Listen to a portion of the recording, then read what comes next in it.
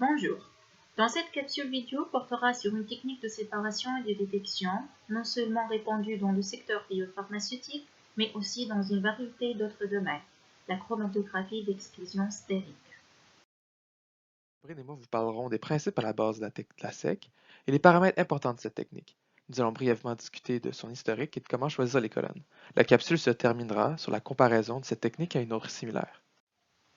Cette technique est communément appelée SEC pour Size Exclusion Chromatography. C'est une technique de chromatographie liquide. Les chromatographies liquides sont basées sur la séparation sélective d'analytes lors de leur passage à travers une colonne. Pour la SEC, cette séparation est associée au volume hydrodynamique de l'analyte en solution. Ce volume est par la suite associé à la taille de la macromolécule.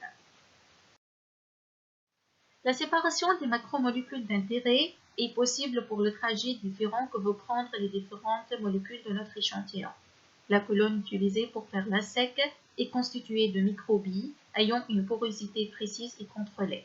Cette porosité modifie le chemin possible que peuvent prendre les molécules en solution et augmente ainsi le chemin à parcourir par les petites molécules en solution. Par exemple ici, on peut voir une macromolécule A, B et C, allant de la plus petite taille à la plus grande taille. Lorsque celles-ci vont traverser la colonne, A étant plus petite peut entrer dans les pores et donc ralentira sa vitesse d'évolution. Plus la macromolécule occupe un grand volume, moins son parcours dans la colonne est affecté par la présence des pores. Pour C, la taille est si grande qu'elle ne sera pas affectée du tout par la colonne et donc sera la première à en sortir. Ensuite B et ensuite A. Maintenant que la séparation a eu lieu, ce qui est fait par la suite divise les domaines d'application de la SEC. Cette séparation peut servir à des fins de préparation d'échantillons ou à des fins d'analyse. Nous verrons plus tard la méthode préparative. La détection se fait généralement par l'entreprise d'un détecteur UV-Vis ou d'un réfractomètre qui mesure les variations de l'indice de réfraction. La masse molaire des macromolécules d'intérêt peut alors être déterminée de manière relative. Par exemple, une courbe de calibration avec des standards similaires à la macromolécule d'intérêt peut être injectée et la masse de l'inconnu peut être évaluée en fonction de son temps d'émission. D'autres techniques de détection plus avancées, comme la triple détection, permettant de corréler directement la masse molaire de l'échantillon sans l'utilisation d'une courbe d'étalonnage par l'utilisation simultanée d'un réfractomètre, d'un viscosimètre et de la diffusion de la lumière statique. Le volume d'élution, VE, est égal au volume du système plus le volume dans les pores de la colonne multiplié par la constante d'affinité de la macromolécule avec ses pores. Pour les très grosses molécules, cette affinité est très faible et la constante de partage peut être égale à 0. Ainsi, leur volume d'élution est égal au volume mort.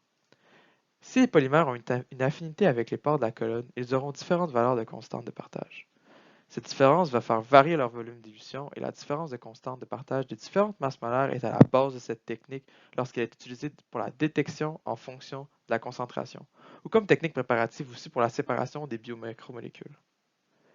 La constante de partage est souvent entre 0 et 1 lorsqu'on a une séparation du mélange en fonction de leur taille.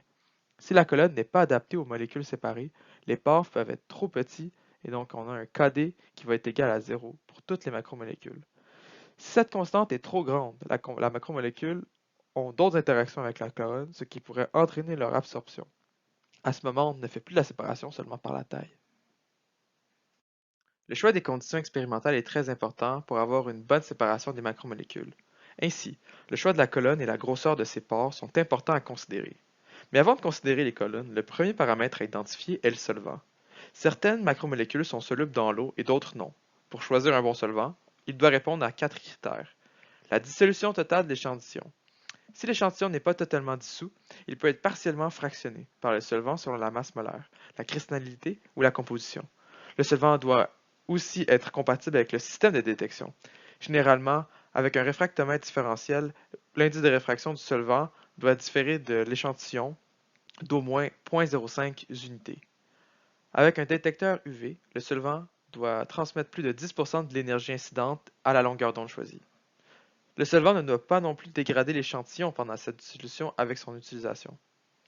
Si une dégradation est suspectée pour les solutions de polymères, la viscosité peut être mesurée plusieurs fois en quelques heures. Une viscosité constante est une bonne assurance de la stabilité de la solution d'échantillon. En effet, les grosses molécules d'un échantillon sont statistiquement celles qui sont le plus sensibles à la dégradation chimique, et ce sont ces grosses molécules qui influencent la viscosité de la solution.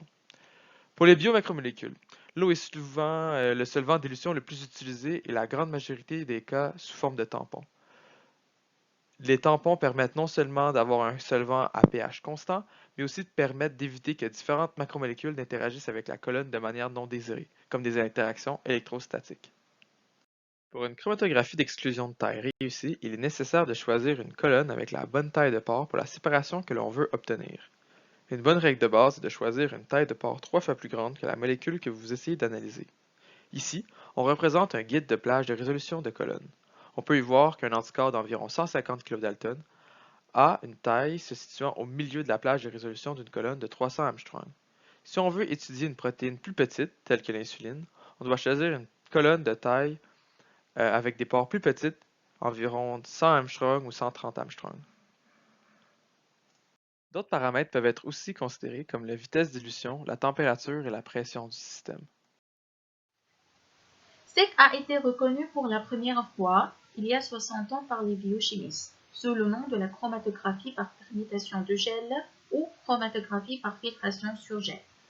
À la fin des années 1950, une ébullition de solutés de faible poids moléculaire se fait en utilisant des emballages polysaccharidiques.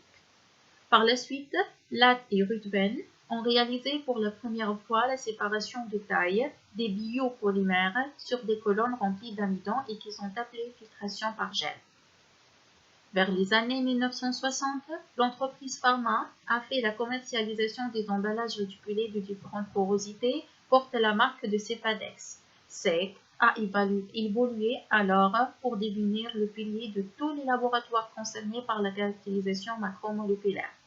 Avec ce progrès, les scientifiques ont concentré leurs efforts sur la séparation des polymères synthétiques, ce qui a amené la compagnie de Dow Chemical à produire une série de résines de polystyrène réticulées pour la séparation de ces polymères synthétiques.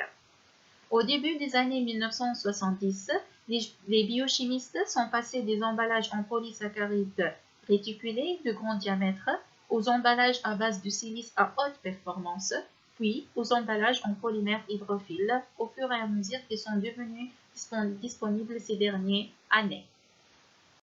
De nos jours, la SEC permet de séparer et d'analyser plusieurs matériaux et molécules différentes dans des domaines variés. Elle permet aussi de faire des étapes préparatives pour la purification de composés dans ces mêmes domaines.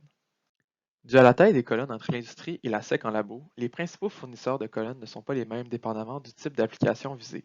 Par exemple, les principaux fournisseurs de colonnes en labo sont Agilent et Waters Corporation, qui fournissent une gamme de colonnes pour la séparation analytique d'échantillons, tournant autour de la centaine de microlitres.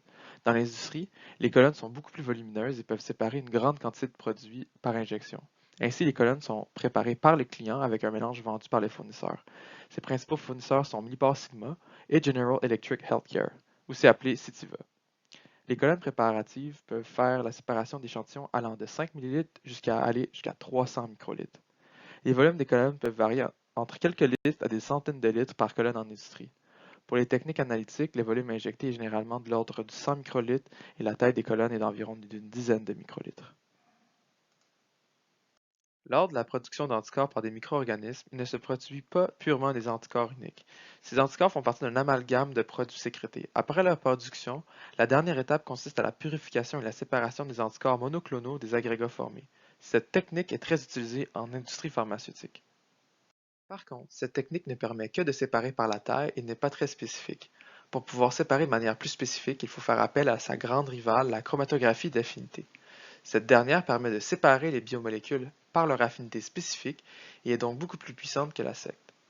De plus, la SEC entraîne toujours une dilution des produits séparés. Cette dilution limite son utilisation puisque plus le produit est dilué, plus les coûts de purification augmentent. Pour éviter de trop diluer le produit, la chromatographie d'affinité est utilisée avant la SEC pour permettre d'avoir des dilutions d'injection petits en sec. La SEC est alors utilisée après les chromatographies d'affinité pour par exemple purifier les anticorps agrégés des anticorps uniques. Mais il est aussi important de mentionner que la SEC étant moins spécifique permet aussi de séparer une variété de macromolécules en une seule injection, alors que la chromatographie d'affinité ne permet que de très bien séparer qu'une fenêtre limitée par colonne. Merci pour votre attention.